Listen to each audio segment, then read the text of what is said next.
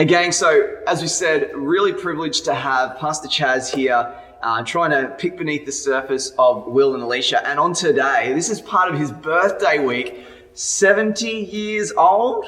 Mate, we are privileged and honoured that you would choose to come and hang out with us on this week of yours. Thank you so much. Thank you. Thank you. Will and Alicia, I've known you now for a few years, and there's a lot of things I've never asked you, but now I've got the opportunity before the cameras to record part of your history. And I must admit, I've been blessed by our relationship and seeing what God is doing through your life. So I'm just going to dig into a few things in your life, and please feel free to answer them or even reject the question if you want to. However, first one, was there ever a time in your past that you thought of being in some type of ministry? Was there ever a sense of destiny that may be associated with ministry? Let's start on this one. I think for me, I sensed that I'd be involved in ministry, but to me, it wasn't limited to a platform. Like I knew I'd always be in church, I'd always be serving. But to be honest, actually serving as a lead pastor in a church, I think it was less of a surprise to other people than it was to me when it came. Yeah. That's not surprising. What about you? I always said I was never going to be a pastor. You said you weren't going to be a pastor's wife. Yes. So you grew up in the church? So grew up in the church. Well. Yeah. Just going to church. Right. And was it traditional church world or a Pentecostal church world? Initially traditional, Okay. Presbyterian, I think. Right. That was a long time ago. Just being in a small country town, there was a bit limited options. Yeah. But then when we lived in Chinchilla, it was actually, Christian Outreach Centre that we were a part of there. All right. So Pentecostal. Right. Yeah. And Will, were you brought up in the church all your life? Yeah, so Dad didn't have anything to do with the church, but Mum took myself and my two brothers to church. And then when we were old enough, it was our choice whether we continued going to church. Yeah. And that was a Christian Outreach Centre, or INC as it now is, in Mackay. Oh, wow. Okay. Yeah.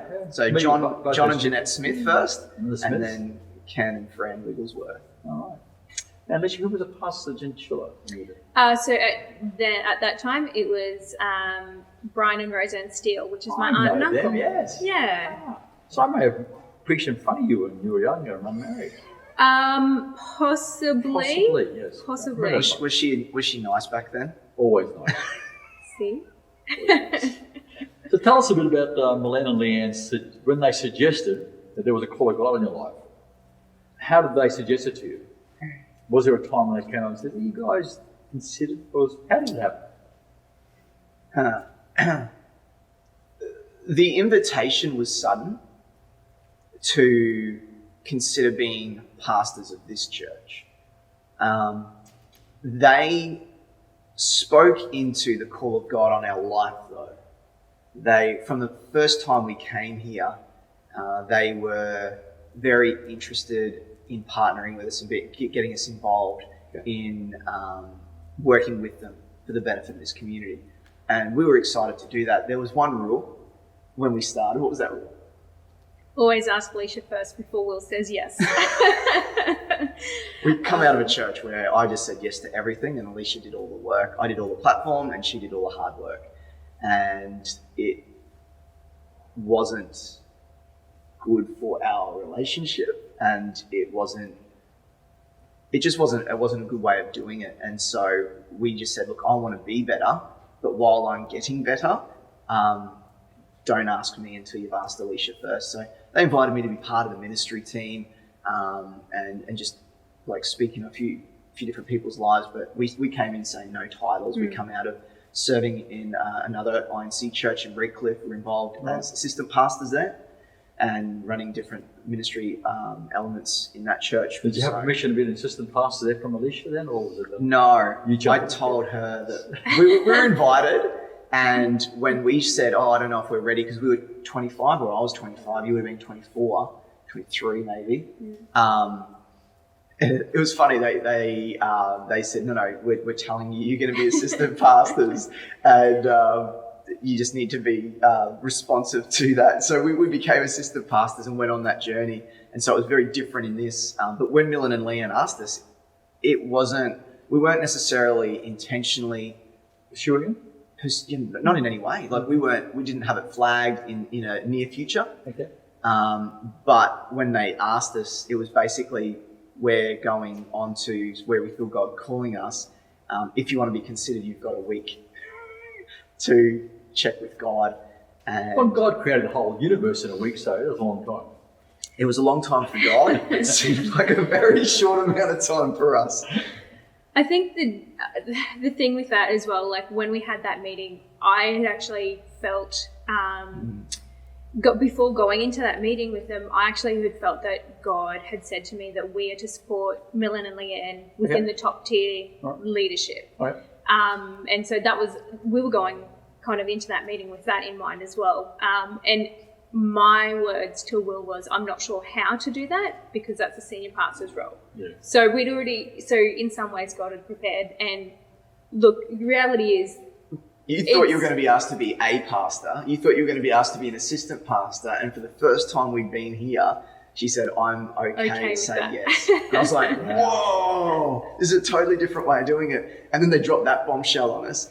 And you were totally fine with it. And I was losing my mind. I'm like, what? No, like this is, I don't know how to deal with this. I just started like running a charity. And I think the difference is that, yes, a week is not a long time, but perhaps if I'd had any more time to actually maybe deeper think about it.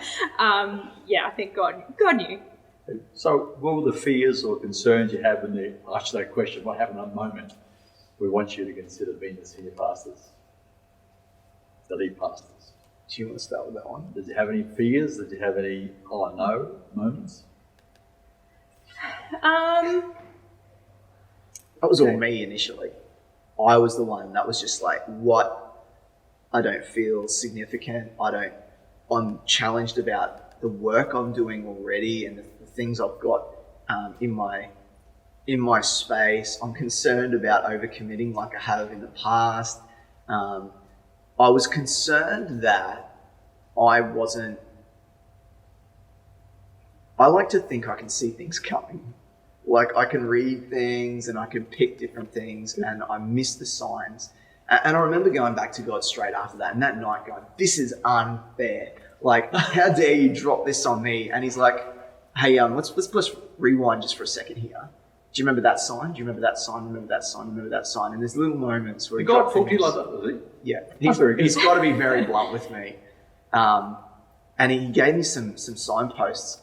And I'm like, I remember going past that. I remember thinking, how funny is that? And I remember talking to Alicia about that. Wow. But it wasn't necessarily something on me that, like, I wasn't pursuing and I wasn't thinking that was a now thing. But Alicia had this incredible piece right from the start. And she was ministering to me and saying, come on, like if this is God, he'll open or close. And we just got to believe that God's set this up.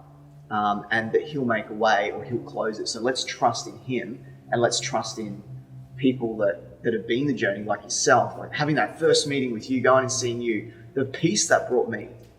You've been in the ministry, you've done it, you've walked with Millen and Leanne, you know them and we knew Millen and Leanne. So we trusted them, that they trusted you. And so we felt that there was this inherent trust straight up that when you spoke and you identified something of call and you went, there's something happening there. Yeah. There's some diamond in that roughage. There's something there. To me, that was like, okay, I remember other people identifying call on my life and digging around it. That was going to be my next question. I was going to ask you, when the call to consider ministry came, tell me any struggles you may have had with your concept of spiritual authority and having to trust your lead pastors, national executive, you don't even know. Yeah. But you're actually placing your future, your income, your family in the hands of people you don't even know. How did that struggle work itself out? Mum, dad, business owner. Yeah. How do you struggle with that trust of spiritual authority? I guess continuing on that, like having someone, you were on the national executive at the time, and we weren't familiar with you, but we seen you, like you preached in different locations. Alicia had been at that church a few years prior. Number of years, 4 years prior. And so that you were someone that was familiar on the outskirts. And so that was a really nice sort of connection and introduction. We also got introduced to George, who's not on the national exec as such, but he's very involved with the INC movement or machine, like the entity of it. Yeah. And so that really helped us to have people that we're human. You know, like bring that human element to something we weren't really familiar with. We've both been in the movement for a while, so that was helpful. But I think for me, there was a challenge that people that I'd given authority to speak into my life, some of them spoke negatively about the opportunity and said that this wasn't for me and that I wasn't for it. And other people were saying that it was. And so that these was are a people, challenge. negative were these people on similar positions? Are you like a congregational member rather than authority, like a pastor or something? Well, it's people I personally gave authority to. So someone that had been a pastor, or someone that had been a mentor, someone that I looked to as an authority figure in my life, either presently or previously, like previous pastors and people, whether I was in their church or people that I looked to as a pastor. They'd said, not for you.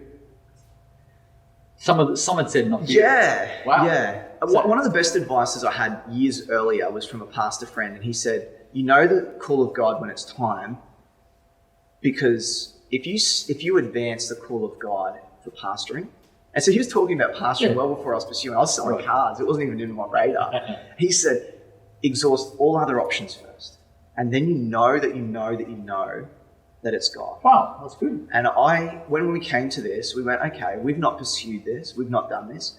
Let's put things forward and let's give it the opportunity to fade out, and let's just put our best foot forward. Very wise. And really pray hard that God closes the door and continue to seek counsel and hear through the good and the other. Very wise. But you had some challenges, like authority. Yeah, and I think, like Will was saying, it's just simply, okay, God, if this is actually you, you've opened the doors, you'll close the doors. If we're doing it in our own, you'll open, you'll close, you'll So give trust us in wisdom. God above those authorities. Yeah, for sure. God was above them. You're saying, I'm trusting you, God, to close the doors enough for us because you're ultimately our God. Yeah. And those voices were great because it helped us to consider it, because you need counsel that helps you to consider all facets. And so it really helped us to wrestle it around. As far as the authority call, I feel that the time as assistant pastors in Redcliffe helped to undo the whole age thing a little bit. I was able to come to terms with the fact that I can minister from where I am, that I don't need to be older, I don't need to be taller, I don't need to be prettier, I don't need to be polished up. I can minister from my heart. And obviously you don't just let it all out, but there was a grace of God to allow me to function under that call and provision and under their authority at that time. And so when it was here, I didn't so much feel the pressure of age that I thought I would feel. Like, it was there. How old were you when you got the call? So I got asked a week before my 31st birthday. Oh, Jesus was coming in 30 seconds. Absolutely. I think he might have done it a little better, maybe, but Yeah, probably. maybe. But yeah, that was something I really based what I was doing on. Is that whole it's not a problem. You trust in and having that national exec as my pastors in a sense, and having you as like, okay, I've got to lean in and I've got to have someone that's going to speak into my life so that I'm still under authority. Yeah. No, I don't have to worry about age or any of those other things. And so that person can speak into my life. I'll trust God that they're going to give them that instruction to give me the whip in the shade. I was going to just slightly on that, but differently. We trusted God to open and close doors, but I guess even looking back on some things, like we trusted national exec and you guys to make a decision, even though you guys didn't know us so well as well. And just, I guess, when we were talking about voices, there was things that, you know what, you guys did all your due diligence, and like there was like the assessment and things with that. And from that, there was things that on my assessment that probably didn't go, you're a pastor, like things that was, you know, perhaps my weakness, but I allowed the enemy's voice to speak into that weakness as well. So I guess talking about that authority, I allowed my focus to be on that weakness rather than go, allowing God to speak through me and to me and go, you know what, I'll be your strength. Said Jesus Christ wasn't the Messiah. Don't forget they God really didn't like him. He knew what God was saying to him. So that's interesting too. Like on that authority, like you're saying, like that process, that it was good that the national executive put us through the process. But even that waiting time where we were probation. What was it? Probation. Before we were probational, when we were we weren't pastors yet. And I was just reflecting with this with one of the guys this week, is the opportunity that the enemy will find any chance to speak in. And before we were actually like set apart as the pastors of this church, that opportunity for the enemy to say, hey, you don't deserve this, you don't belong here, you're not trusted to. Yep. And that process was actually really good because it means that there's good due diligence being done. But even in that, and I was just reflecting on that, just yesterday with one of the guys, he was acting principal, and just where the enemy will try and find a way of trying to speak into it. But now it's like, okay, that doesn't have any ground. But I do remember early on some of that internal, there was that wrestle, and you had to put up a confident face and lead the church. But I remember internally, there was something of that hesitancy. Is there an authority? Like, is this going to be what I continue in? Is this a part-time? And not having that sure footing, that was a bit wild for a little while. And I think there was a different grace to operate in that space.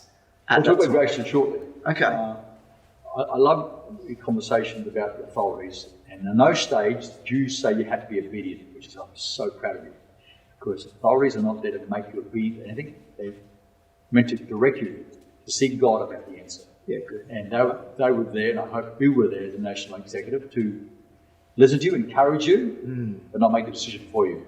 And you didn't ever feel you had to be obedient, because obedience is only meant to be obedient to God. And the rest of us, we submit, we want to lean in and say, is that you, God? And go to God. So you went back to God, which I love. And that's all of us in ministry. Serving in church, how much do you do, how little do you do? Go to God, ask Him. And all the pastors are going to do is direct you, encourage us there in that journey. So well done. I'm really glad of it. That's why you're in the position you are, because you are doing it God's way. So, did having your life and family exposed to the world on a public platform seem like a risky or foolish idea? Can you tell us the struggle? I think homeschooling was one of the greatest things that we could have done to prepare us for this. Our kids love chatting with adults because they weren't just put in a classroom with their own age straight away. They were in, like we do lots of visits and meet up with other homeschool friends and things like that, but they would come and be involved in different things with us. We'd have people over. They were a big part of our world, and if you speak, like when you speak to our kids, they're actually interested in having a chat. It's not just a thing they feel like they have to. Definitely. Yeah, and I think because I think Alicia will probably speak into this more, but the whole PK thing, and them to be confident in who they are and not to necessarily come under people's expectations of them, good, bad, or otherwise. Yeah. There's an expectation around pastors' kids, and I feel they've got a confidence to be comfortable in who they are and to have conversation with adults without feeling condemned. And I feel that's really positive. A lot of little things that happened around our world, I feel have presented us and platformed us to operate in a in a good way, but certainly family and those challenges, Alicia's been more, she's felt it more closely and been more active in making sure it's not been a negative impact. Yeah, and I think there's always there can be expectations on the kids in particular. Yes. And I think that can be a struggle to balance sometimes as well. With Protect them. your kids from expectations and unreal. Yeah, but in saying that, like at the same time, we've got a whole church that loves on our kids as well. Yeah. Like They're loving kids. They're wonderful. And that's it. Like they do just get spoiled as well. So you know what? Like there's that negative that maybe they have some higher expectations, but I guess the positive side as well. So there's huge positives. It was a preparation. I really see that. It's really good. Because it wasn't a big surprise. It's a public platform. Oh no, it's happening on kids. Like it had that preparation taking place. Very good. Alicia's been really wise in making sure that we don't overdo the time they have at church outside of times they need to be at church. Right. So they don't despise the place where we meet for church, the gathering of people. And she's been really intentional about that. She's been great at changing the way I do things as well, making sure that, because I'll just go, I'll just commit to things and not realise that it's always at the expense of something. And so she brings you back to your dad first, parent first, and then a pastor. No, first, parent first, then a partner, your wife, and then great. pastor. And so that's a work in progress. So bouncing off that, which I think is fantastic, what are the similarities to being a pastor to being a shepherd of the Connect Church? Wow. That was wild. Millen said, because I said, how do we even prepare for this? He said, like before you're a dad, everyone was the expert. They told you how to parent. Before you're a dad, you're the expert. You could tell anyone how to do anything. And you've had an experience, and it's not a bad experience, but when you're a parent, it's a different experience. You've got a larger experience of highs and lows to draw from. There is, you feel deeper and you have conversations you never thought you'd have to have. What is this doing in the toilet? And he said, that is being a pastor. And you know what? He is so right. I've found that you can't help but hurt when people leave.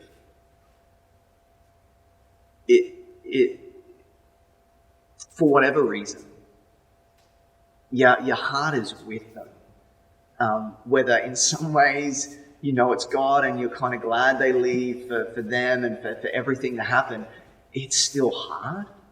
But there's also for them, but it's hard on you because they're family to you. Yeah. And when you're preparing your children to adulthood, you're actually preparing them to leave home.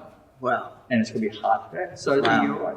But there's the highs as well. Yeah. And then there's the conversations you never realised you'd have to have. Yeah. Like the amount of things, I reckon I can write a book about the things that you're like, man, I didn't ever think this was going to be in the job description. I can't believe I'm talking about this particular thing or having this come up. That's been my experience, and it's wild. And I love in the sense that I know the call of God on my life, my specific ministry, is in one word, Father. And it outworks in this element, in here, it outworked in the charity as fathering kids across Australia and encouraging them. It operates in homes as father. It's one of those areas where it ticks in. Alicia, did you want to add to that? Like Will said, the best parents is the ones with no kids, right? And I think that's... I didn't know that. Yeah. The grandparents were. Keep going. Yeah, that's right. So I think you don't know what it's like. Like even the first time, so as a woman, you don't know what your first labour is going to be like. You don't know what being a first parent is going to be like. Right. And I think that was similar to here as well, coming in here as senior pastor. We had no idea. What are we going to do? But that's it. That's part of the parenting journey. Yeah. And sometimes you're like, okay, awesome, we've got this sorted. And then the next day there's a development change with the kids and with the toddlers. And it's in that sense similar again. where you go, you know what? Okay, actually, we're doing a good job with this, or then they turn into a teenager or different things. And I think it's hard, in some ways, being an empathetic person. Sometimes, because like Will said, like all of the church members, like it's family, and you feel with them, like you feel like their achievements, like. As the kids, I get sent photos of their first tooth coming out. Like, you get to celebrate with them, but you also get the disappointments with that as well. Like parenting. Yeah, that's exactly it. Like parenting, and it is similar. No? Yeah, for so sure. when did you know you were graced to be the servant leaders of this church? When did you know they're great? When did you find that, no, this is right? How did you know and when did you know that you were graced to be the servant leaders of this amazing church?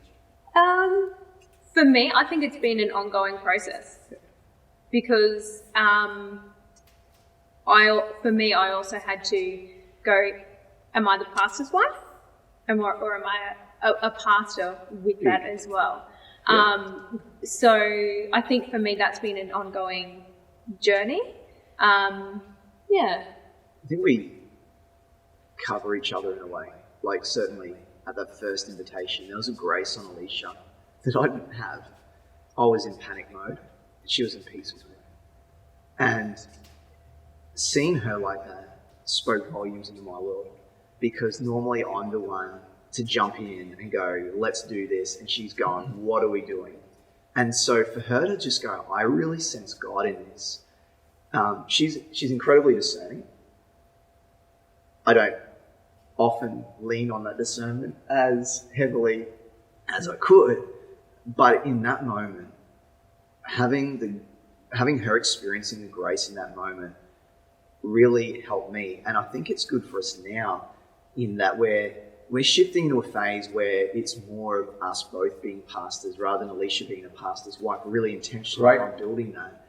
And to see that in effect there, that clear moment where she had confidence and she was willing to stand in there while I was having a hard time, I feel like that's been a real hallmark of we've been able to cover one another.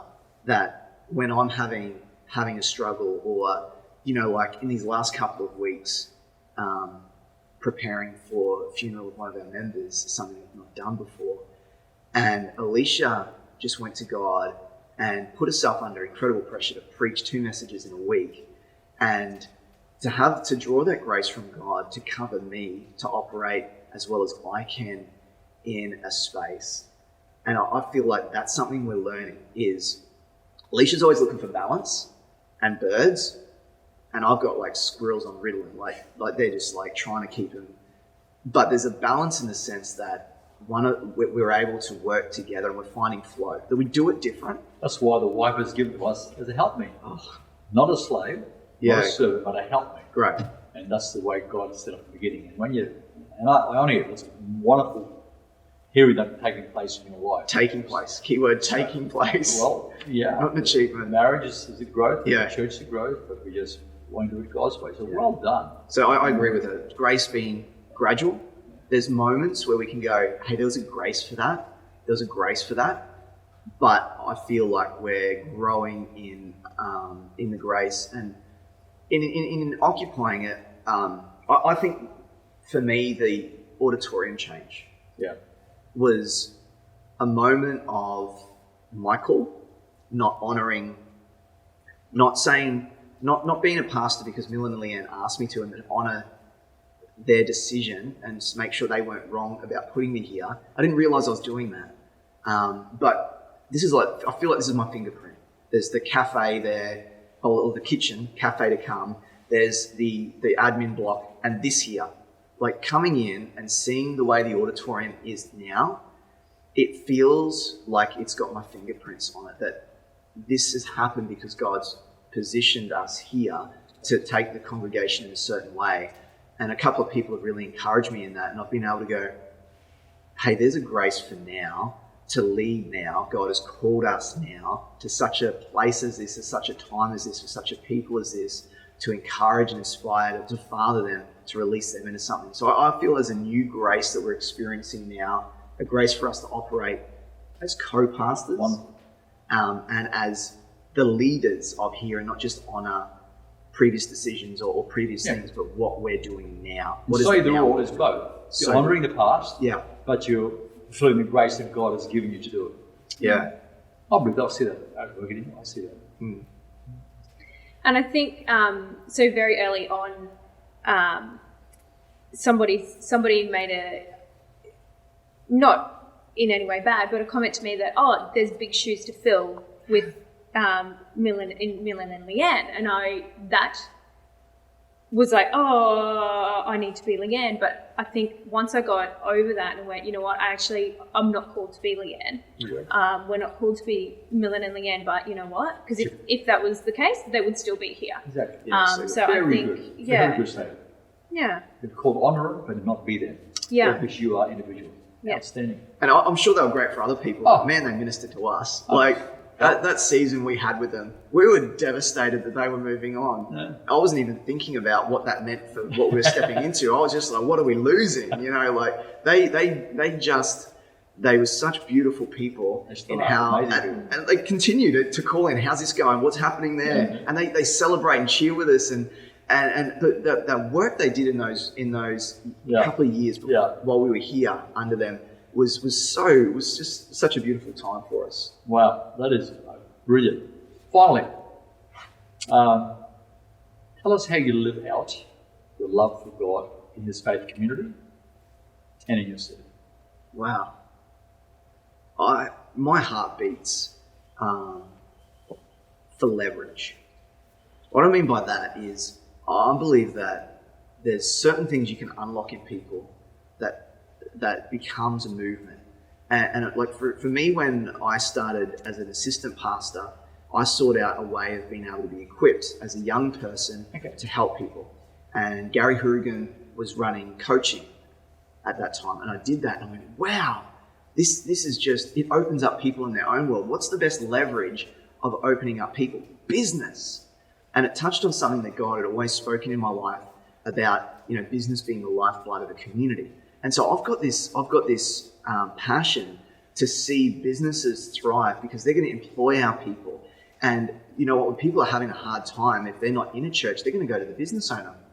And so I really want to see leverage opportunities like business owners, like people being a lighthouse in their school. We've got principals, we've got teachers, we've got bus drivers, we've got people of influence.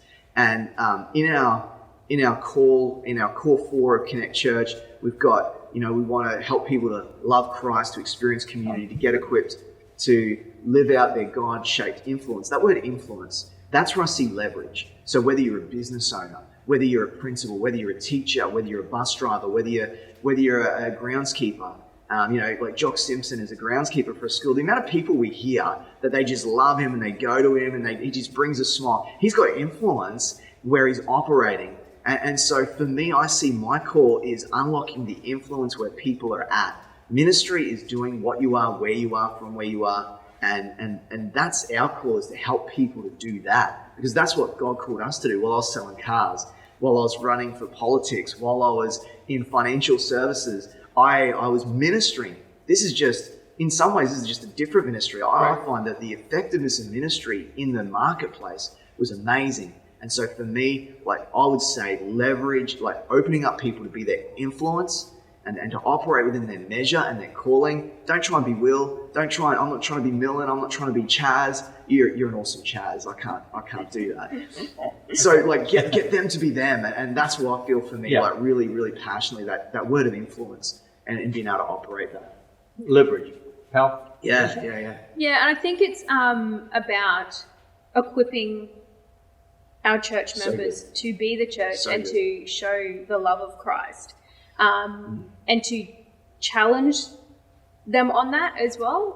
Just for example, like Millen and Leanne saw perhaps gold in us that needed to be brought out and to be challenged and to equip. God, if God calls us, He will also equip us. Come on, and absolutely. I think that we're now in a position to also see the church members that perhaps we need to challenge them on stepping out into fulfilling God's calling on their life as in well. a sphere of influence. Yeah. Exactly. Get the Yeah. leverage out of it. And you guys are doing that. I'm just so honoured to be part of this world on the outside of it, but I think you guys are just doing a wonderful job. And that's been reflected right through your life, from your parenting to your marriage, now your pastoring, your kids. So well done. Good to have this talk with you. Yeah, it was awesome to have you and celebrating with you again on your birthday week. What an honour to have you on the journey with us. And church, I hope you've just been really blessed today. And we've been blessed by the ministry of Chas. And you know, having INC Network is an incredible group of pastors and people that we get to hang out with. And so pray for our leaders. Pray for Pastors Ross and Kathy Abraham as they lead this movement. Pray for the national exec. Pray for us as we lead this part of the movement and operate within your call, operating within your giftedness. Find what God is asking you to do now and do it as the best way you can. Have a blessed week. You know what? If you feel that today there was something in there that stirred you and you need to make a yes decision, whether that's to say yes to Jesus or yes to a call of God on your life or yes to something more, please contact us here at the church and we'd love to talk with you more. Have a phenomenal week. Looking forward to catching you up soon. Thanks, Connect.